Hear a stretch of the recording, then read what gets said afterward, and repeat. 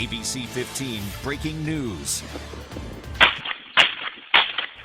Is this the guy who's been terrorizing our valley freeways? DPS arresting Leslie Merritt Jr., saying he is their guy, at least for some of the shootings. ABC 15 first on the air with this news tonight. And we have live team coverage on every angle of this story, how they found him, where they found him, and we're uncovering all kinds of details about his past. We have crews spread all across the valley. John Erickson live where Merritt was arrested. Nohelani Graff just talked to the suspect's dad. Also, Kim Tobin with an exclusive interview of the first person of interest who's now a free man.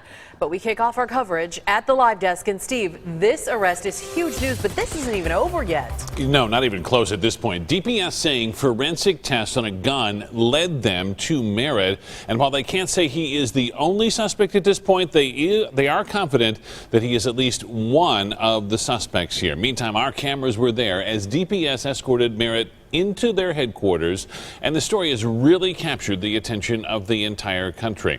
Nobody should have to fear driving to work or taking their kids to school. Well, DPS is now saying social media actually played a role in apprehending Merritt.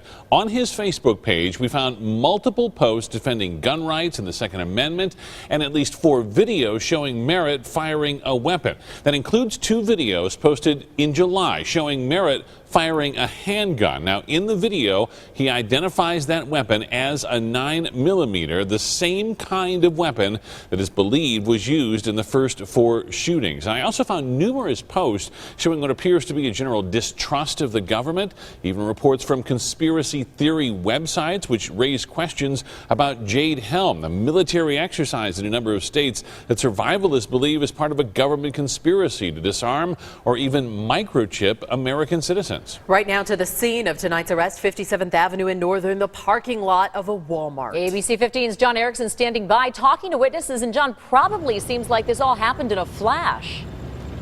Katie and Faye, like you said, the arrest happened right in this parking lot at a Walmart, 57th Avenue and Northern in Glendale. It happened just over my shoulder here on the left side of your screen. We spoke exclusively with a shopper who was coming out of the store, and he didn't realize it at the time, but he was right next to that suspect when police moved in. And we also have the exclusive video that witness shot of the arrest as it went down. Listen. We're coming out to put our groceries in the car, and there's some guy walking really close to us. And out of nowhere, this cop comes out, and he has an AR pointed at him. He's like, "Get on the ground." This guy drops everything immediately, gets on the ground, and then more cars pull up. They surround him. Everybody's around him. And it didn't look like just regular cops. They all have guns drawn, and we're like, what the heck? It was just crazy. He almost seemed kind of surprised, but he was really calm about it. Like, he didn't run, didn't flinch or anything. He just got down right away. And then after that suspect was hauled away by police, that's when investigators started looking into a car right here in the parking lot, a gray Saturn. Witnesses said that they fingerprinted it here and then hauled away. And then we were there as that same car arrived at a DPS impound lot. So that car, we certainly imagine part of this investigation. And then we talked to another shopper here who witnessed the suspect being hauled away. What a surprise to a shopping trip here. Listen to what he had to say. We just walked in and we went shopping, and as we come out, the Walmart associate told us, "Can you believe they got the I-10 shooter right here?" And we're like, that's when we were like, holy, whoa, okay, that's what happened. That is what happened. The suspected I-10 shooter, at least in some of the incidents, arrested right here in front of people as they're going to Walmart shopping on a Friday night. We're only beginning to learn about that suspect, guys. Leslie Allen Merritt Jr. Incredible details tonight, John. Thank you. And we know the suspect recently pawned off a 9mm gun. This is where we believe he did it, the Mo Money Pawn Shop. That's over at 12th Street in Indian School. On its website, the shop claims to be the largest family-owned pawn and merchandise showroom in Arizona. DPS tonight saying the gun was forensically linked to at least the first 4 freeway shootings. Of course, before now, all eyes were on Oscar de la Torre Munoz, and he just got out of jail. ABC 15, the only station hearing from him tonight. Let's get over to Kim Tobin live at the Lower Buckeye Jail. Kim. Yeah, Faye and Katie, as soon as Munoz walked out of those doors, we were here waiting for him. He didn't want to talk for long, but he spoke exclusively with ABC 15. Outside those doors, he had friends and family waiting for him here. He looked tired, ready to go home. I told him that DPS arrested a person in the freeway shootings, a suspect, and this is what he had to say responding to that information. Well, I hope this time it's the right person.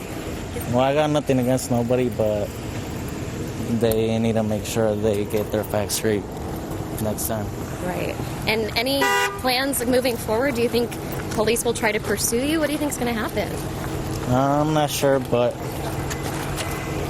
I don't know. I'm not going to say nothing anymore. Again, Munoz was arrested 1 week ago as a person of interest in the freeway shootings. DPS says he still remains a person of interest. They held him on a marijuana charge but never filed a police report, so they could not revoke his probation, and the judge said they could not hold him. I also specifically asked Munoz if he knows that 21-year-old suspect that was arrested just hours before his release, that Leslie Merritt Jr., he told me no. I spoke with his attorney shortly after that, just moments ago. He says this entire situation, his client being held here for 1 week, has been, quote, very frustrating. Back to you. Kim, thank you. ABC 15 also hearing from the suspect's father tonight, Leslie Merritt Sr. Yeah, ABC 15's Nohe Lonigraf was the first to break the news of tonight's arrest to him. And Nohe, he had no idea his son had been arrested? No, it was a totally unexpected visit from us. You know, Merritt hasn't even been processed yet, let alone given the chance to make a jailhouse phone call. And he doesn't live with Dad anymore, so who even knows if that's a phone call that he would make? As for Dad's reaction, I can tell you, without even knowing why his son had been arrested, simply that he was arrested, he yelled in shock, went back into his house to collect himself, came back out, and then said, "No way, my son is innocent." A warning, though, he uses very strong language to make that point. I don't know if you're aware your son has just been arrested. Excuse me? He's just been accused of the I-10 shootings. Oh, they're so stupid. Would you like to tell me about him or say anything on his behalf? Yeah, but I'll say plenty on his behalf. Yeah. Whoever said he's the I-10 shooter is a moron. Have a good night. So again, you were just listening to the I-10 shooting suspect's father says that police have the wrong guy. On a side note, he has his own felony rap sheet that is pretty lengthy and does include weapons violations. Faye and Katie. Meantime, getting some confirmed information from a Phoenix City councilman. Check out these tweets tonight from Councilman Sal DeCiccio. The first reading freeway shooter case, 4 confirmed incidents from the same 9mm handgun. DPS located that handgun, recently pawned at a pawn shop. And then above, lab analysis then confirming the same gun as the freeway shootings. The person who pawned the gun, the same person who purchased the gun. Has been digging into Merritt's past for us. And Dave, this isn't his first run-in with police. No, it's not. We've been searching police and court records, and we found Leslie Merritt does have a criminal past. In fact, we found 2 cases, both in 2013. In November 2013, Merritt pled guilty to what appears to be a hit and run. The official charges were for failing to stop at a scene involving a damaged vehicle. And earlier that year, in February, Merritt was charged with assault and criminal damage, but it looks like those charges were dropped. There were also 3 different family court cases. The first is a 2012 case in which Merritt filed an order of protection against someone who was not named. He also has 2 other family court cases that appeared to involve his children. Now, we also reached out to Phoenix Police to find out more about those 2 2013 cases. We'll be sure to get that information out as soon as we can. Dave, thank you. And we know the suspect arrested tonight won't face any terrorism-related charges. The Maricopa County attorney says the freeway shootings are domestic terrorism. However, he could not file any terrorism-related charges against the alleged shooter. What I want to underscore, too, is that what has happened to date could be addressed in one of several different ways. Charges could include endangerment, criminal damage, and aggravated assault. And in each instance in which a deadly weapon or a dangerous instrument is used, those are all prison-eligible offenses. Bill Montgomery says Arizona's law isn't written to allow for terrorism charges in this case.